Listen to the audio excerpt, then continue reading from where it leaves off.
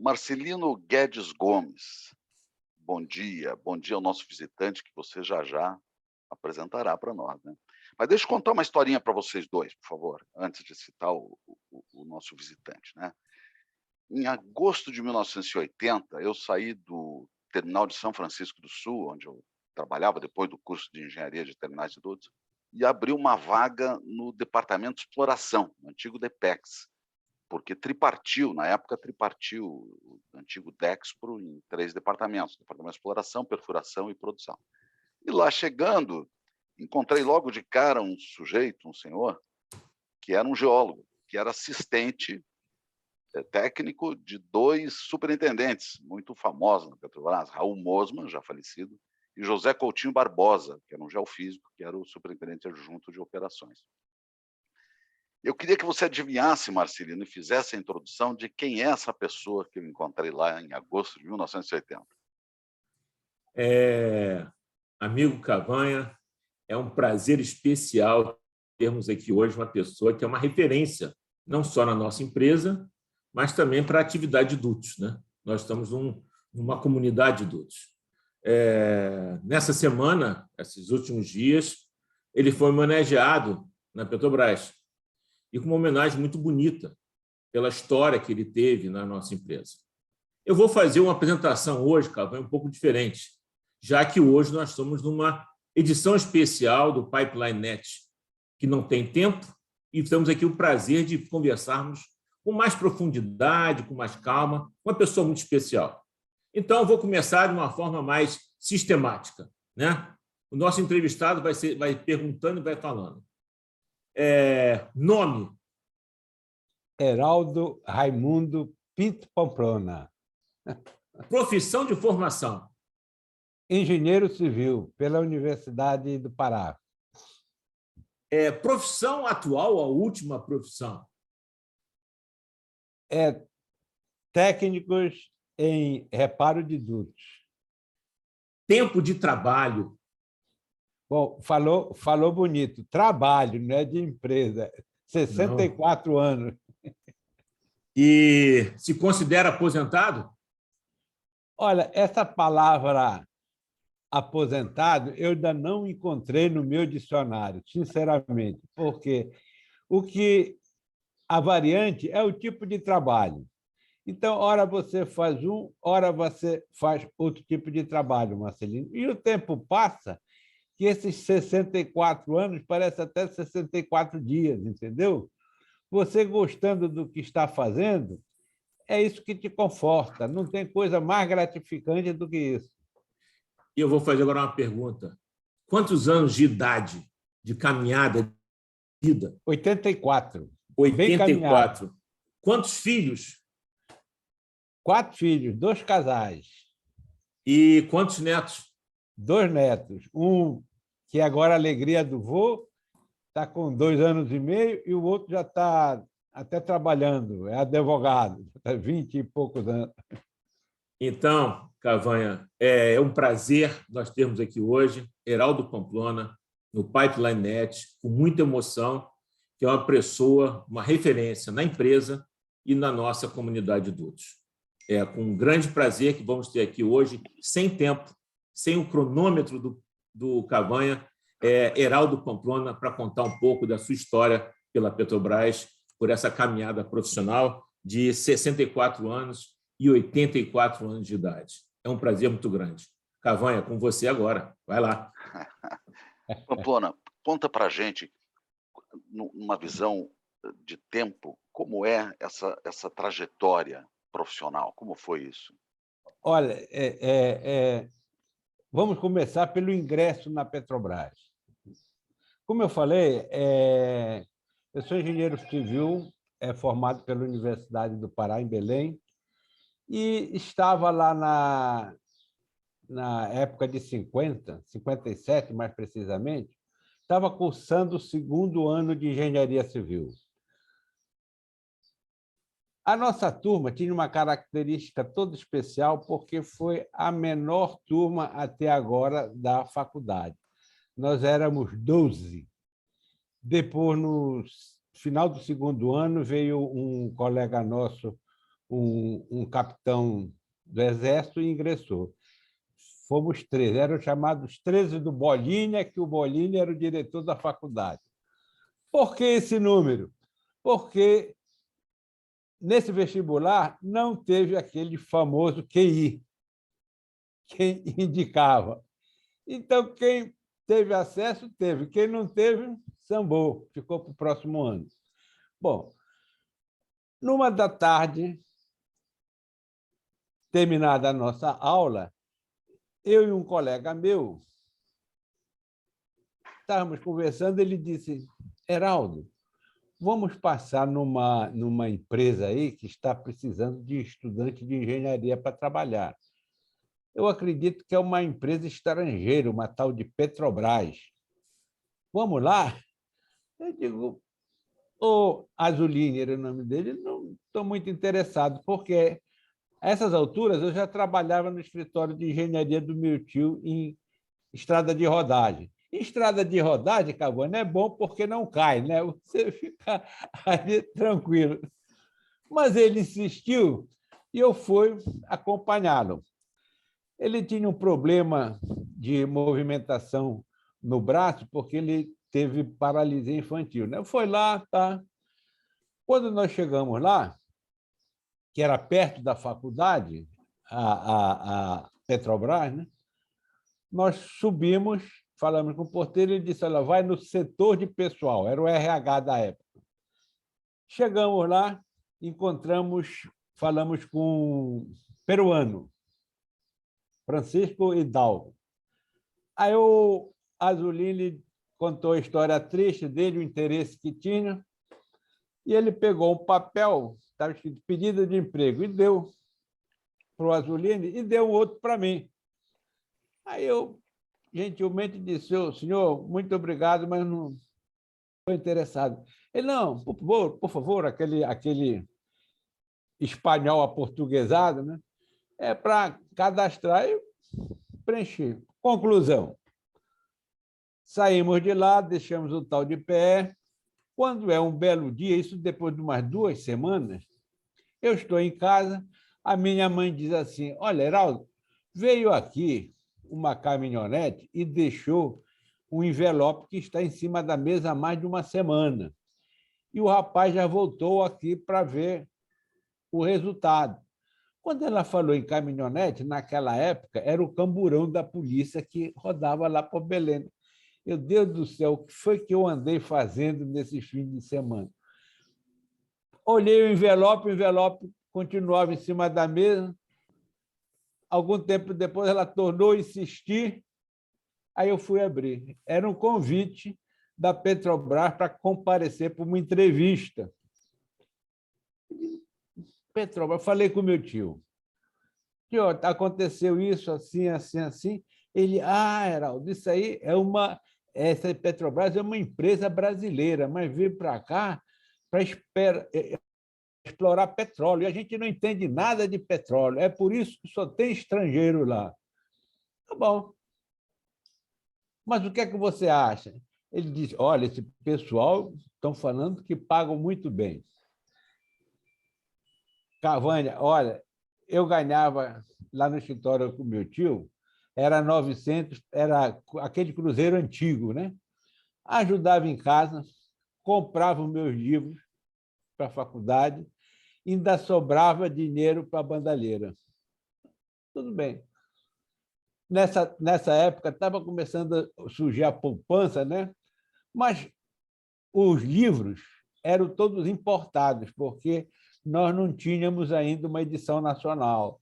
Se você queria livro de cálculo, era francês. Resistência do material, Timoshenko, era inglês. Se passasse para a física, eram os problemas do Mahler, tudo em alemão. Então, você tinha que se virar nos 30, porque os professores da faculdade recomendavam aquela literatura, né? Como tinha um livreiro lá que comprava esse livro para a gente ia pagando em módicas prestações, tudo legal. Meu amigo, quando eu cheguei na Petrobras, que o cara disse qual era o salário, 5.800 cruzeiros. Eu digo, não tem mulher pobre. Voltei para o meu tio Ele disse, vai lá, faz a entrevista. Meus amigos, como o local da entrevista era próximo à minha residência, eu fui. Quando cheguei lá, foi recebido pelo senhor que até há pouco tempo ele passou a ser funcionário da Petrobras, o Troussen. Quando entreguei o papel para ele olhou para mim, deu um azinho de graça fechado e pediu que eu acompanhasse. Então, eu notei que ele estava assim, com uma certa inibição em conversar. Nessa época, eu já enganava um pouquinho no inglês, aí comecei a falar com ele. Aí, rapaz, o cara abriu um sorriso de ponta a ponta. Aí pediu que eu acompanhasse para ele, foi até ao assistente dele, que era um alemão, do Cronenberg. Quando ele chegou, me apresentei, conversando com o Cronenberg também em inglês. Aí ele disse que ele era alemão e tinha estudado em Hannover. Eu digo, Hannover? O professor Mahler não era professor lá em Hannover? Foi meu professor. Eu digo, pô, eu faço muito exercício no livro dele. Ah, o cara levantou, me deu um abraço. Olha, então, se sinta em casa. Pronto. Voltei para a Petrobras. Falei com o Hidalgo, e o Hidalgo disse, você já está admitido. Olha, naquele tempo não tinha internet nem nada, era aquele telefone preto que você ligava, quando conseguia falar, estava com sorte. Você está admitido. Eu digo, não, eu tenho meu curso. Ele disse, você está admitido já na Petrobras. A escola, a hora que o senhor quiser sair para ir às aulas, tudo bem. Se quiser compensar essas horas, bem está, pode ser à noite, o horário que você escolhe. Moral da história. Entrei na Petrobras, comecei a trabalhar com esses dois técnicos, o Trouxe e o Cronenberg, e comecei a me interessar pela parte da geologia. Quando chegou no fim do ano, as férias são maiores, que naquele tempo o técnico passava no mínimo 90 dias no campo, depois era quando o avião tinha voo para lá para trazer, ou então quando o cara estava com uma malária muito fraca, muito braba, aí estava mais para São Pedro que para São Paulo, então mandava buscar o cara, né? Aí eu pedi para o Trouxe se havia possibilidade de viajar e ir para o campo para saber como era o trabalho de campo. Ele baixava a cabeça, dava um risinho. Quando chegou a tarde, voltei da escola, ele disse, senhor Pamplona, o Mr. Pares, que era o gerente da divisão, era o inglês, quer conversar com você. Só que tem que, para o padre receber até um técnico dele, era uma dificuldade tremenda, né? Cavanha, eu achei aquilo, sinceramente, estranho, né? Mas fui lá. Quando cheguei lá, bati na porta, ele, Mr. Pamplona, entrei, ele com aquele cachimbão dele falando, então você quer ir ao campo? Vai passar o Natal no campo? Eu digo, é o período que eu tenho de umas férias maiores, né? 90 dias. Tudo bem. Me indicou uma sonda, fui para a sonda. O que acontecia? Os geólogos, naquele tempo, também todos estrangeiros, passavam 120, 150 dias, até para sair para tomar uma cervejinha lá no flutuante era difícil, porque não tinha ninguém que ficara. Quando eu cheguei lá, eu preparava o relatório do cara, descrevia as amostras e dava uma folgazinha para o careta passar um dia para o outro, né? Um dia para o outro, porque no dia seguinte ia o pula-pula para a beira do rio para buscar o pessoal, o mantimento, esse negócio todo, o cara voltar. Olha, minha gente, no outro ano, tinha 3, 4 pedidos que eu fosse para a sonda dos caras para trabalhar. Tá. Pamplona, e você acompanhava a perfuração, o que? Amostra de calha, testemunho de Amostra rocha? de calha. Tá. E naquele tempo, Cavanha, era o seguinte, você era pau para toda a obra, porque regularmente numa sonda tinha o engenheiro de perfuração, tinha o pusher, tinha o geólogo e a parte administrativa. Mas, muitas vezes, quando não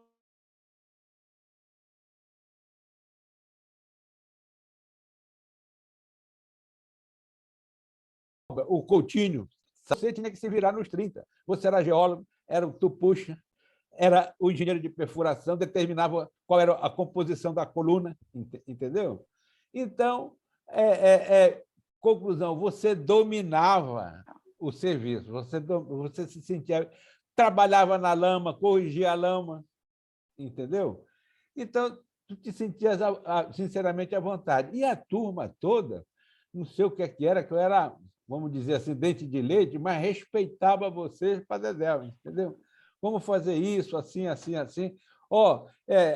Essa taxa de perfuração está baixa, vamos mudar o comando, vamos trocar a broca, entendeu? Então, essa interação entre o grupo aí era muito, muito gratificante, muito legal. E aí você veio para o DPEX, para a sede do Departamento de Exploração. Aí, veja só, passado o tempo... Só para botar no cronológico, você entrou na Petrobras em que ano? Que ano foi aquilo 57. Que você... 57. Em agosto de 57. Em agosto de 57.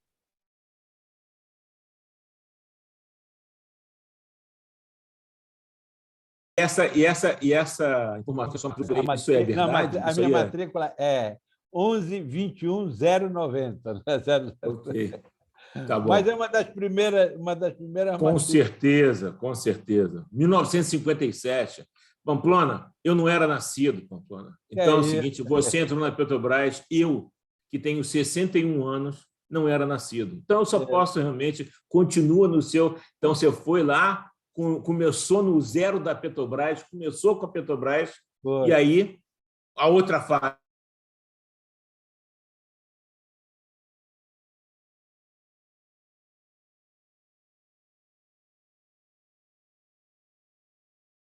Aí, veja só, o corpo técnico me recomendou fazer um curso de engenharia de petróleo em Salvador, que era o SENAP. Aí lá foi o besta para lá. Passei 1 ano e pouco lá no SENAP, terminei o curso. Quando eu voltei, mais uma vez, a gerência me colocou para trabalhar junto com um colega nosso que já faleceu, o Valdir Rezende, em análise de bacia. E nós ficamos trabalhando na bacia amazônica, fazendo análise da bacia um ano, quase 2 anos. Terminado essa parte de análise de bacia, me deram uma outra incumbência, fazer uma avaliação da bacia de Barreirinha e depois a bacia do Acre. Por quê? Havia uma controvérsia muito grande, porque o Peru tinha óleo e a bacia do Acre, que geologicamente parece similar, mas não é, nós não tínhamos ainda sucesso na exploração. Mas a bacia de Barreirinhas, nessas alturas, se despontava com um potencial bem melhor. Bacia de Itacutu, que poucas pessoas conhecem, mas é um grabe que fica ali na fronteira da Guiana Inglesa, é a cara do Recôncavo, aquilo mais cedo ou mais tarde deve ser explorado. Veja só, e nesse vai e vem de análise, a Petrobras estava sendo instalada no EDISE, o EDISE tinha ficado pronto. Aí o que me deram a missão, olha, você vai ser o substituto eventual do chefe, do gerente de estratigrafia lá no Rio, Marcelino Cavanha. Todo fim de semana, eu pegava, naquela época, estava começando a fase do jato, que os Constellation deixaram de voar, que matou gente para dedéu, né? Aí eu pegava o Caravelle, em Belém, eram 6 horas de viagem, ia para o Rio, passava a semana no Rio, quando eu chegava sexta-feira à tarde, voltava. Fiquei nesse vai e vem mais ou menos quase um ano. Aí, nesta época, o nosso gerente de exploração, como o Cavanha falou, antes do Mourma, era o Carlos Walter. Carlos Walter e Marinho Campos. Isso. Ele disse, Ó, Pamplona, fica aqui que nós temos uma missão para você. Nós precisamos implantar todos os laboratórios de estratigrafia, uma era em Belém, Aracaju, Salvador e Ponta Grossa, e centralizar aqui no Rio, porque nós estamos tendo muita dispersão de mão de obra. Então, se ficar todo mundo unido, com certeza vai produzir melhor. Meu irmão, você movimentar a baianada para o Rio, com raízes lá, família e tudo, não foi fácil. Mas, conclusão, trouxemos todos os laboratórios ali para a Rua da Passagem, onde antigamente funcionou o SEMP, e a coisa cresceu de uma maneira tão rápida que as instalações ficaram exíguas. Não tinha espaço para o trabalho. E, nesse momento, nós começamos a perfurar o offshore aqui na Bacia de Campos e encontramos uma seção de carbonato muito importante, principalmente em termos de reservatório, que nós, geologicamente, pouco conhecemos.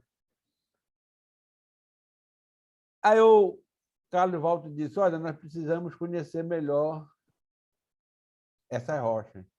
Aí nós fizemos um convênio com a Universidade de Illinois, que tinha lá um professor top nesse negócio, o professor Carosi, e durante as férias ele vinha aqui, preparava o material e ensinava os nossos geólogos, tudo baseado em petrografia sedimentar, preparado aonde? Pelo nosso grupo, que nós centralizamos lá na Rua da Passagem. Mas aí, meu irmão, não é apenas isso. Os nossos reservatórios, principalmente no Recôncavo, era tudo arenito. Como é que se comporta os arenitos?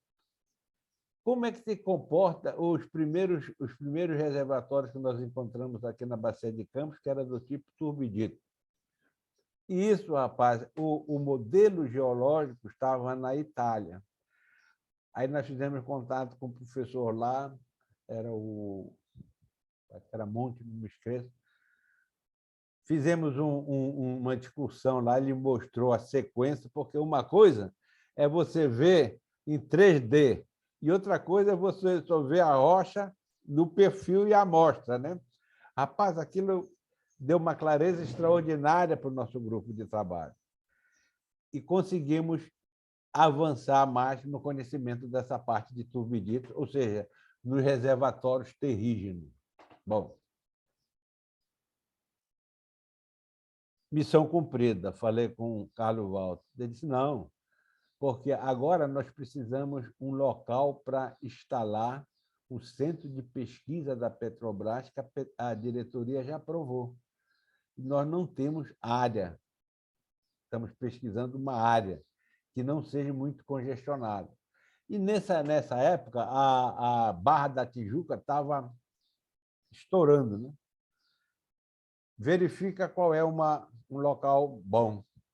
Eu fui lá para Barra da Tijuca, fiz uns contatos com o cara, tudo quanto é área problemática, herança, nada feito. Veja só o que é se é que existe coincidência, né? Nessa época, estava desmobilizando o canteiro de obras da Ponte Rio-Niterói. Aonde era o canteiro de obras? Onde é o SEMPES, terreno da universidade. Aí eu cheguei e digo, olha, tem duas opções. Barra da Tijuca, praticamente, a Petrobras não vai comprar de herdeiros isso. E tem da universidade, que eu acredito que é mais fácil. Essa área é uma área boa, acesso fácil, e é questão de negociar com o reitor. Conclusão, lá foi o besta novamente, falou com o reitor botou a mão para o céu, que aquilo ali estava sendo um entulho para ele, limpar aquele terreno, e hoje em dia está lá o SEMPES instalado. Outro ponto também desse negócio de negociação foi com a área do Rio Grande do Norte, a RNCE. A RNCE tinha sido criada, mas não tinha espaço. O espaço que tinha na cidade, nos arredores de Natal, era da Brigada do Exército. E lá foi novamente o besta lá negociar com o pessoal para conseguir aquela área. Felizmente, nós conseguimos e hoje está ali a RNCE. Mas o que é importante de tudo isso é que, com esses contatos que você faz, e isso se deve também muito à orientação do Marechal... rapaz, esqueci o nome, que era nosso... Queiroz? Não, eu vou me lembrar. Não é Ademar de Queiroz, não. Eu vou me lembrar. Coitado, ele tinha até sofrido do mal de Parkinson, né? Então, quando ele ia, às vezes, fazer alguma palestra lá na Escola Superior de Guerra, ali na Praia Vermelha, ele me chamava. Eu não sei o que ele viu na minha cara, né? Pamplona, vamos lá. Daí eu ia com ele, ia acompanhando. Cara, quando eu entrava lá, o que tinha de continência batendo junto com ele. Então, isso me facilitou muito numa outra parte da minha experiência já administrativa. Foi como chefe do setor de transporte da Petrobras aqui em Macaé. Por quê? O brigadeiro Délio de Matos ele deu um suporte extraordinário para fazer o planejamento de voo. Porque quando me mandaram para lá, a história era triste. Tinha um helicóptero que chamavam de Mão Branca, tinha acontecido já 12 acidentes, quase que em menos de um mês, e tinham morrido várias pessoas. Aí, a tua missão é organizar esse negócio. Olha, isso é uma longa história, mas a conclusão disso tudo foi o seguinte: implantamos os trajetos de voo, isso com auxílio do DAC, implantamos as RT, que até agora existe requisição de transporte. Você, para viajar, não chegava lá com a tua cara comum, fazia um sinalzinho lá para o cara que fazia a programação e você viajava. Tinha outras pessoas que levavam 2, 3 dias perto de uma pocilga onde era o aeroporto aqui em Macaé, né? Bom, e com isso também nós otimizamos o tempo de voo. E com isso também nós sabíamos quais os helicópteros que estavam em condições de voar, que tinham recebido a manutenção durante a noite adequada. Porque uma vez, olha, a Petrobras tinha veja só, um helicóptero, é um Sikorsky, 24 lugares. Uma bela noite, saí assim de madrugada, vou dar um olê para ver como é que está a manutenção desses equipamentos. Quando eu vou me aproximando nesse atual aeroporto de Macaé, dei a volta pela cabeceira da pista, estou ouvindo uma músicazinha. Pô, legal, o cara para não dormir, ouve uma música e relaxa. Meu irmão, quando eu cheguei lá, os caras estavam com o Sikorsky estacionado, a música vinha de dentro, só que tem que algumas madames peladas faziam striptease indo e voltando. E os caras lá tomando umas e outras. Quando eu vi aquilo, entrei. Opa, tem lugar para mais um? Olha, rapaz, foi um corre-corre dos diabos. Mas, com isso, nós começamos a disciplinar a manutenção. Aquilo correu no meio deles e chegou até aos Estados Unidos. Cavanha, Marcelino, não é brincadeira, umas 2 semanas depois, chegaram aqui 3 helicópteros carregados de sobressalente para os Mão Branco. Mão Branco era outro tipo de helicóptero que nós tínhamos, de 12 passageiros, tinha uma versatilidade muito grande. a nossa taxa de acidente chegou a zero, graças a Deus. Graças a Deus. Isso foi na parte administrativa. Terminando desse negócio do transporte, nessas alturas, quem era o superintendente, se eu não me engano, não sei se já era o De Luca. Não, era o Alceu Valença. Alceu. Aí Alfeu. Aí ele disse, Pamplona, nós estamos com um problema na parte de suprimento de material. Estavam sendo instaladas essas plataformas fixas, Penha 1, Penha 2, garupa, enxurro, e a quantidade de material era fantástica. A estrutura era paupérrima. De material, muitas vezes, eu só conhecia comprar o rancho lá de casa, né? Então, vamos lá. Conclusão. Para agilizar, com base no manual de suprimento, implantamos a compra de pequeno valor e a AFM Global, que é um grande contrato de suprimento para um item já predefinido, que até hoje se usa. Sim. Então, isso facilitou tremendamente essa mão de obra de suprimento para nós. Muito bem. Interessantíssimo. Terminando essa história de administrativa, eu cheguei para o Alfeu e disse, olha, eu quero ir para o campo, porque esse negócio de escritório aqui já está me irritando. Aí o Alfeu disse assim, rapaz, Pamplona, tu quer ganhar adicional, não sei o quê, fica por aqui. Nessas alturas, o Alfeu estava saindo e quem estava entrando era o De Lucas. Isso. João Carlos França de Luca. Isso. De Luca. Eu continuava lá no suprimento. Um belo dia, o De Luca me chama e diz assim, Pamplona, ó, eu vim lá do Rio ontem e o superintendente me deu esse relatório aqui. É para implantar aqui na região. É um sistema de reparo de tubulação, reparo de dutos. Nesta época, Cavônia, estavam sendo lançados pela McDermott, esses dutos de enxofre a ponto A, 24, 22 e 12 polegadas.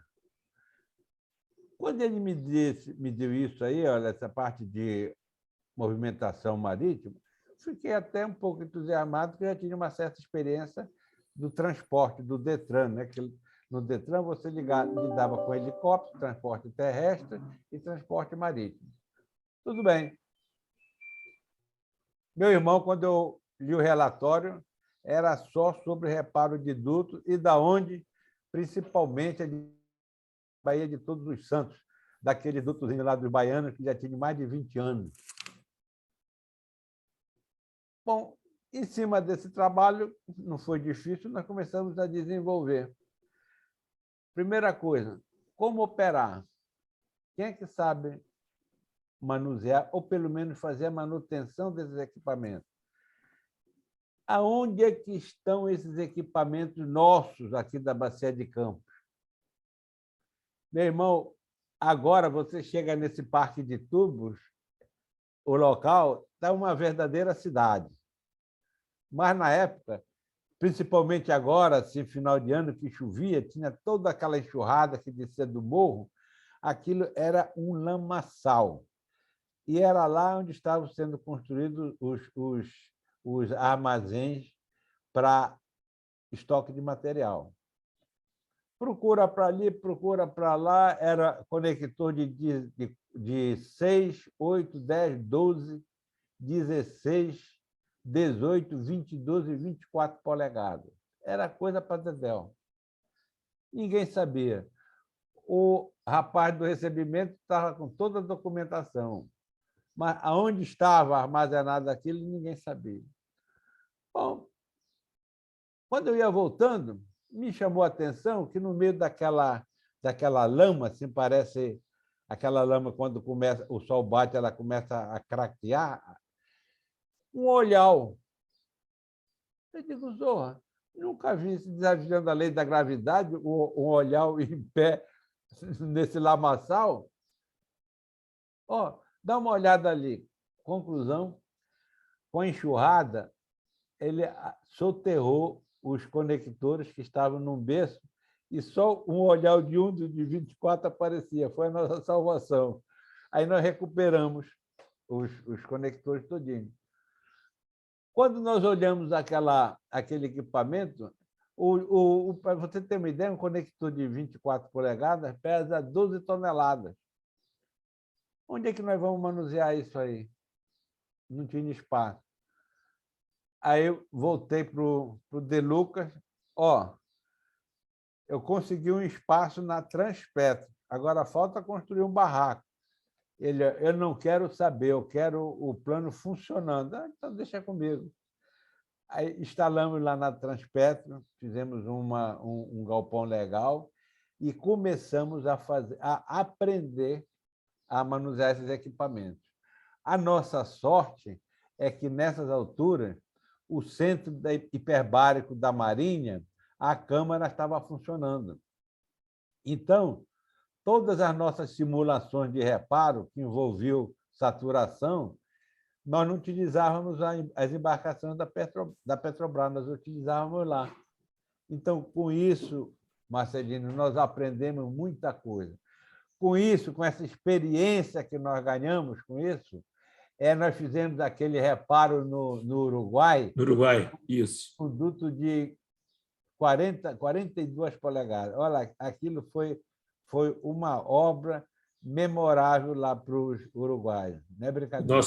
Nosso amigo Alejandro. Mas Pamplanos foi em que ano, mais ou menos? Quer dizer, quando é que se montou o Centro de Reparo de Dutos, que virou uma no Brasil e no mundo, que nós temos lá hoje, lá em Macaé? Isso foi o quê? Marcelino, vou te dizer, foi lá no final da década de 80, porque nós fizemos, o primeiro reparo que nós fizemos foi logo um teste de fogo. Foi o reparo do duto de 24 polegadas em Chova.A. Isso eu ia te fazer uma pergunta. A minha pergunta que eu ia fazer para você, já começando a falar de dutos, né? Que assim, essa sua narrativa foi fantástico, né? Você realmente é um profissional, eu vou dizer, completo. Você contou quase a história da Petrobras aqui para a gente, né? Em 20 minutos, você contou quase a história da Petrobras, chegando na atividade de dutos, né? Então, a minha pergunta é a seguinte: como é que foi montar esse centro, né, de reparo de dutos submarinos, coisa que nós não tínhamos? Qual foi o desafio? Qual foi o teu principal desafio? Além de toda a questão logística do espaço, de recuperar os conectores, mas você teve que comprar equipamento, você teve que fazer testes, você teve que testar gente, você teve que buscar parceria com empresas estrangeiras. Qual foi o teu grande desafio para montar esse centro de reparo de dutos submarinos no Brasil, em Macaé, que virou uma referência, não só no Brasil, mas no mundo? Até esse caso que você contou, que o nosso amigo Alejandro lá, da ANCAP do Uruguai, um dia faz contato com a gente e pede uma ajuda emergencial, foi até através da Transpetro, e falou assim: olha, a gente precisa de um apoio aqui para nos dar uma ajuda emergencial. Nós estamos com a nossa monoboia aqui parada, nosso duto submarino, a gente precisa de reparo, uma ajuda. Eu falei: olha, só tem um cara para te ajudar. O nome dele se chama Heraldo Pamplona. Foi aí que eu me lembro que nós fizemos o meio de campo e você foi socorrer os nossos amigos uruguaios com aquela emergência. Mas nós viramos referência nisso. Minha pergunta para você é: qual foi o teu grande desafio para montar toda essa infraestrutura? Se foi treinamento, se foi tecnologia, se foi... Qual foi? Conta um pouco sobre isso. Olha, Marcelino, é um fato importantíssimo, que isso aí pode servir, vamos dizer, de mensagem para o sangue novo que está chegando agora. O pacote nos foi dado. O know-how não se tinha. Tampouco o how to do. Entendeu? Então, vamos começar da estaca zero. Meu irmão, você sozinho não faz nada.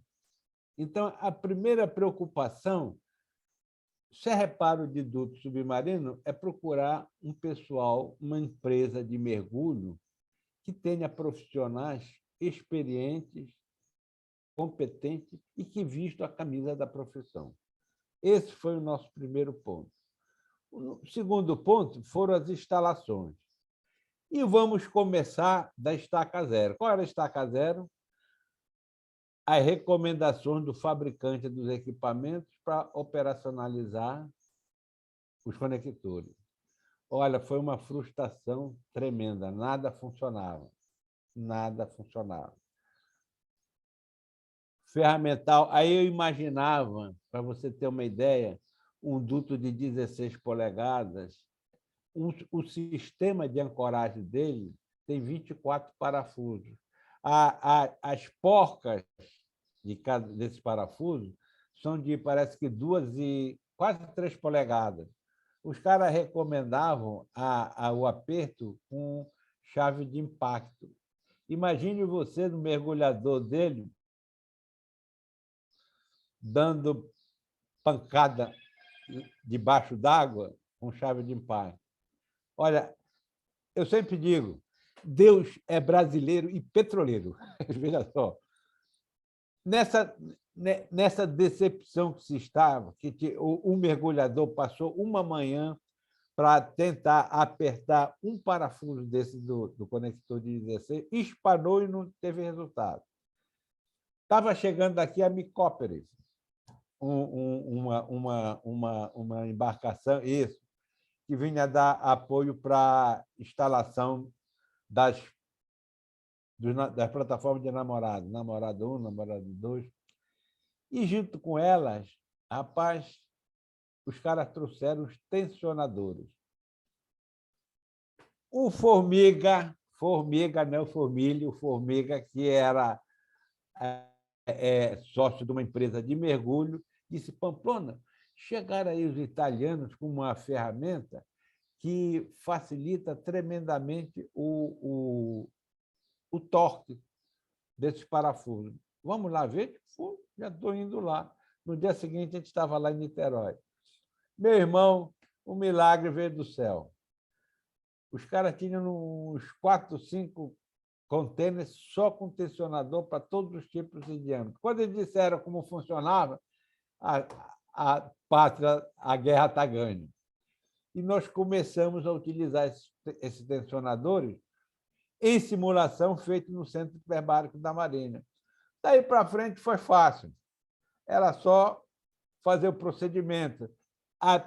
O próprio grupo de mergulhadores que foram treinados com tensionadores fazia o reparo, montava um sistema de corte, sistema de remoção de revestimento. Aí a coisa ficou mais fácil e nós sempre fazendo essas simulações prévias, né? Quando nós íamos fazer o reparo, que o supervisor de mergulho começava a parecer jockey de corrida de cavalo, olha, fica caladinho, eles sabem o que fazem, toma um café, volta, fica só atento para o umbilical dos caras. Minha gente, graças a Deus, nós realizamos mais de quase uns 40 reparos. Nunca tivemos um acidente. Nem de machucar o dedo, nem nada. Para não dizer que não houve uma otite do mergulhador, mas foi contaminação lá na cama. Fora disso, nada.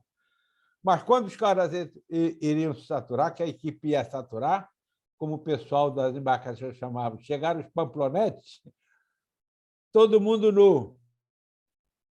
O enfermeiro vinha, pelava os caras todinho, não podia ir para a câmara com pelo nenhum, raspava a cabeça, esterilizava o vadio para poder entrar na cama. Nunca, graças ao meu bom Deus, não houve um acidente. Pamplona, essa tua história é fantástica, porque só quem viveu, e aí eu já estava na Petrobras e acompanhei isso, né? Parte desse teu esforço para criar essa competência na Petrobras. Eu posso estar com uma ideia errada, mas nós evoluímos muito no mergulho saturado e reparo de dutos com mergulhador. E a minha percepção, posso estar equivocado, já também pela minha experiência na Petrobras, nós evoluímos pouco nos reparos sem mergulho, né? Você concorda comigo nisso? Quer dizer, nós evoluímos pouco na área nós chamamos de reparo diverless, ou seja, sem mergulhador? Você acha Olha, isso também? não. O que a gente tem que achar, Marcelino, é petróleo. Mas eu vou te dizer, você está correto. Você está correto por quê? Presta atenção. Eu vou te dizer, falar uma coisa aqui para vocês que muita gente não sabe. Essa quantidade de reparo que nós tivemos aqui na Bacia de Campos, um dos principais foi esse do enxurro a pontuar, do duto de enxurra de 16 polegadas. Você sabe qual foi a causa raiz desse dano que levou a esse reparo? Inexperiência ou negligência da operação. Nós fizemos atualmente um estudo baseado em causa raiz de que se a Petrobras investe tanto naquele reserva de equipamentos, de ter 2, 3 conectores, 4 braçadeiras, para, no caso de emergência, acionar. Nós nos esquecemos de que, de acordo com as normas de material, se você passa com um bem 5 anos sem utilizar, ele é alienado. Então, meu irmão, você gasta uma fábula. É muito dinheiro para 2 anos, 3 anos depois é vendido Isso. de sucata. Ficar com o equipamento obsoleto, né? Isso. Sem Então, uso. para chegar na tua pergunta, se nós atendermos para essa parte técnica, e principalmente agora, agora que eu digo assim, coisa de uns 15 anos, a Petrobras foi para a água mais profunda, a chance que nós temos de reparo tem a melhor chance. A possibilidade de reparo é o buckle. Se você dimensionar mal o duto, ele pode, com a pressão hidrostática, colapsar. Fora disso, meu irmão, nem submarino vai navegar a 2.000, 3.000 metros de profundidade.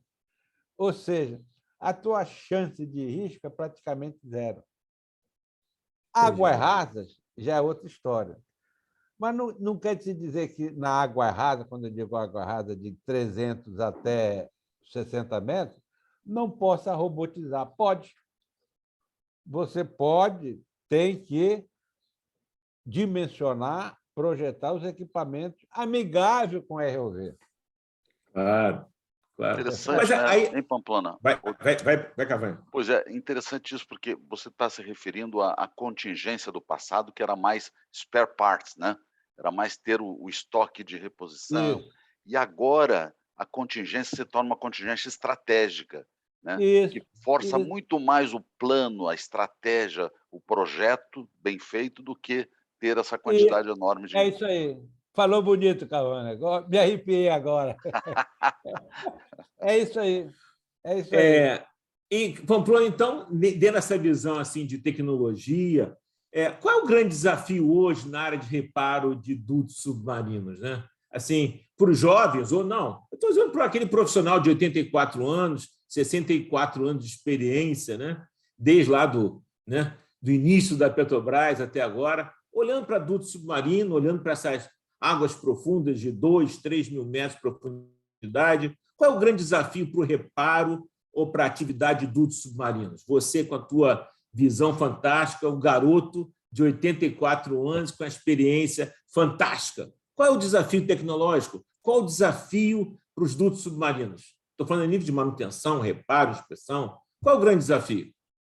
Olha, começa no projeto. Um bom projeto é a alma da tua operação. Se você tiver um projeto bem elaborado, o teu duto passa os seus 35, ainda tem uma rebarba a mais, tranquilo. Agora, veja só, o duto é igual um cidadão, ele precisa ter um certo carinho, ele tem que ter, vamos dizer, um cuidado. Tu não pode deixar o duto só funcionando com BSW alto, sem controlar, sem passar o quê? Um pigzinho de vez em quando. É isso que vai te dar o raio-x da parte interna que a gente não enxerga aqui de fora. Se você fizer isso, Marcelino, você tem duto até para os seus tataranetos aí, tranquilamente. Então, o bom projeto é a alma do negócio e o cuidado que você tem que ter. Percebe? Olha, agora, nesse pré-sal, a quantidade de gás carbônico, H2S, é alta. Pô, isso não tem aço que se aguente. É verdade. Hoje, estamos tentando utilizar um revestimento escaldeado. É uma tecnologia nova. É. Aí entra em choque com reparo, porque se você cortar, você expõe a parte do aço que não está protegido. Percebe? Mas eu reputo, um bom projeto, prevendo esses mínimos, vamos dizer assim, detalhes, você tem um duto aí tranquilamente amigável com a vida do campo, sem muito risco. Sem muito risco. Muito legal, muito legal. E, Pamplona, me diz que você falou em tataraneto, você falou. Me diz o seguinte, com a sua experiência, com a sua caminhada, né, com tudo que você falou, e você não sabe a quantidade de pedidos que nós tivemos para nós estarmos aqui hoje te entrevistando, né? Depois daquela homenagem, o Cavanha recebeu vários, eu recebi vários, e nós aí falamos, não, vamos ter que fazer uma edição especial e não dá para esperar passar um ano, tem que ser esse ano.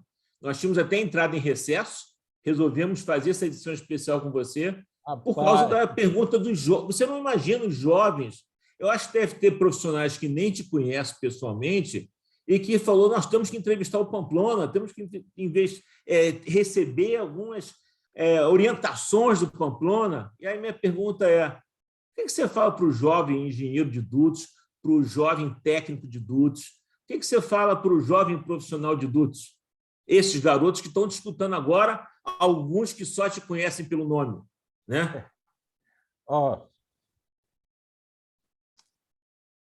O Marcelino Cavanha, a mensagem é simples. A mensagem é simples. Em primeiro lugar, você tem que gostar do que faz. Se você escolheu a atividade de engenharia, não foi à toa. Por que não medicina e não engenharia? Então, o engenheiro é uma pessoa fantástica. Agora, sozinho, nós não fazemos nada, nada, absolutamente nada. Nós temos que ter uma equipe sintonizada, uma equipe integrada. Eu não diria nem equipe, mas uma família de dutos, em que a tua dificuldade é a dificuldade do companheiro. E quando o companheiro resolve aquele problema, resolve o problema, a dificuldade da tua família. Eu sempre me espelho isso aí no exemplo de lá da ANCAP. Quando nós chegamos, Alejandro tinha um cabelo preto. Preto. Olha, Marcelino, nós passamos lá, acho que não chegou a 35 dias. No final, quando o petroleiro chegou, que atracou na monoboia, começou a descarregar, eu olhei para o... Me chamou a atenção. Você, naquele dia a dia, quase que nem percebe, né? Aí eu perguntei a Alejandro, está pintada os cabelos? Não, não, não, não. Olha, estava grisalhos que nem os teus. Quando ele soube que o navio chegou, ele chorava. Aí eu fiquei pensando o que se passava com o cara, né? Tudo bem, a turma lá nossa desmobilizando os equipamentos, aí caiu a pedra. Eu digo, rapaz, aquela monoboia é o coração do Uruguai. Se o óleo não chega ali, você para o Uruguai. O Uruguai entra em blackout. Porque... E outra coisa, se para a ANCAP, parece que o restart dela, como é que chama? O voltar a funcionar, era problemático. Então, aquilo tudo minava a cuca do rapaz, que ele, não sei como não entrou em parafuso, entendeu? Mas, olha, felizmente, é aquilo que eu digo, foi uma ação integrada. O pessoal do apoio marítimo, do Boulder, uma embarcação fora de série, o nosso pessoal, todos eles treinados, a equipe italiana que estava lá, infelizmente, foi segregada. E uma outra coisa que fizeram muito mal feita lá, com uma falta, vamos dizer, de profissionalismo, que quando o Uruguai comprou os conectores para eles, o que os caras fizeram? Cortaram as gachetas.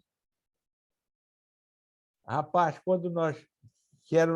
o nosso padrão era, antes de pegar no equipamento, desmonta tudo para ver a situação de funcionalidade dele. As gachetas cortadas. O que os caras queriam fornecer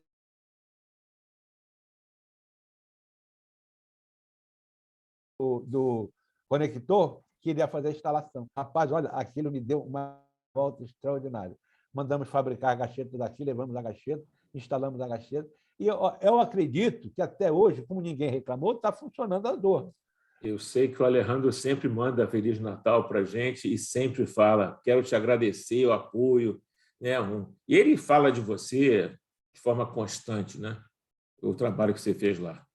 Eu acho que essa competência que você criou no Brasil, que não é só aqui no Brasil, mas reconhecido no mundo todo. Fala, Pamplona. Então, a mensagem que eu falo para os dentes de leite é isso. Goste do trabalho, faça o que faz, converse com o seu gerente. Se não estiver gostando, seja franco para ele. Olha, eu não estou gostando de... A minha tendência, a minha variante é essa. Se você me dá uma chance disso, por que você fazer o que não gosta? Eu duvido. Você, quando arranja uma companheira, uma mulher, uma esposa, você tem aquela fase de namoro, depois acabou-se. Entendeu? É aquilo, é aquilo. É para a vida toda. É para a vida toda. Pamplona, deixa eu te fazer uma outra pergunta assim, bem mais geral, né? Que eu acho que é essa colocação. Quando eu comecei a ser gerente da Petrobras, um colega nosso com mais experiência falou assim, olha, você, para ser um bom gerente, você tem que gostar de pessoas, né? E eu, logicamente, absorvi aquilo e passei a utilizar isso quase como um princípio, né? Você tem que gostar de pessoas, tem que gostar de equipe, tem que gostar da família, né, que você colocou, né? E eu, na minha experiência toda, independente da idade das pessoas, e se você me permitir, vou fazer essa pergunta para você, até para você já começar a ir fechando a nossa conversa, é o seguinte, eu fiz essa minha pergunta na minha vida profissional para muitos colegas, independente da idade. E eu vou fazer para você também, se você me permite, né? Que é, eu pergunto o seguinte, o que você quer ser quando crescer?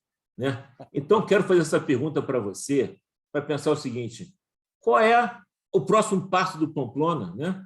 Então, a vida não para, né? E tem que ter o projeto do futuro, a próxima fase. Então, minha pergunta para você é, Pamplona, o que você quer ser quando crescer? Né? Ou seja, o que você quer fazer no futuro? Né? Qual o futuro desse profissional fantástico, Heraldo Pamplona? Fala um pouco para a gente qual é o próximo passo, qual é o sonho, qual é o próximo movimento. Então, a minha pergunta para você, com toda a minha liberdade e admiração que eu tenho por você, e, logicamente, uso aqui em nome do Cavanha também, o que você quer ser quando crescer? O que você quer ser? Qual o próximo projeto? Fala um pouco disso para a gente.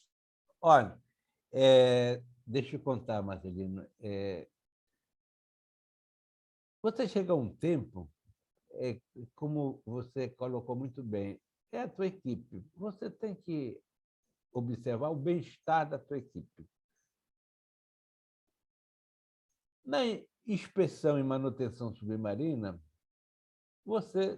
tanto os mergulhadores como os escaladores, o risco é muito alto. Então, a minha preocupação foi essa recentemente. Como você pode equacionar esse binômio? mais segurança para a equipe e bons resultados para a companhia. Fui atrás do principal bandido dessa história. Qual é? A corrosão. Por que eu chamo o bandido dessa história? Porque você só aciona o escalador ou o operador de andaime para fazer um reparo em riser ou mesmo na tubulação, devido ao que? Ação corrosiva. E muitas vezes essa ação corrosiva não é detectada em tempo hábil para você fazer a intervenção sem maior danos ao meio ambiente, sem maior danos à segurança das instalações. Bom, conclusão. Depois de algumas análises, experiências, consulta à literatura, nós elaboramos um sistema de monitoramento da corrosão. Monitoramento remoto da corrosão. Você instala os sensores na parte que está corroída e, através de um sistema eletrônico, ele vai te indicar, no momento exato, se houve falha naquela tua proteção. E esse sistema, que, em princípio,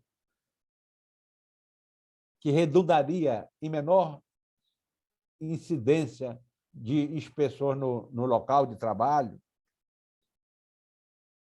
inicialmente ele foi concebido para ter um painel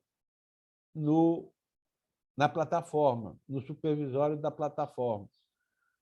Depois que nós instalamos o primeiro sistema, os colegas entusiasmados disseram: "Ô, Pamplona, nós podemos fazer, por esse sinal, um sinal de rádio, mandar esse sinal elétrico que está no painel para a Terra. E, em vez de você ter umas 2 ou 3, sei lá, pessoas monitorando isso na plataforma, você pode fazer isso aí em terra. Por quê? Isso te dá exatamente quando a corrosão inicia e você, através da espessura remanescente do duto e da pressão de trabalho, você dimensiona o teu reparo. E esse projeto, é isso que eu quero ser quando crescer daqui a mais uns tempos, é implantar nas plataformas. Até agora, o nosso protótipo tem sido a P18, uma turma lá muito boa, muito interessada. E só não andou um pouco mais rápido devido a essa situação do Covid, né, que limita o embarque das pessoas. Mas isso aí, se Deus quiser,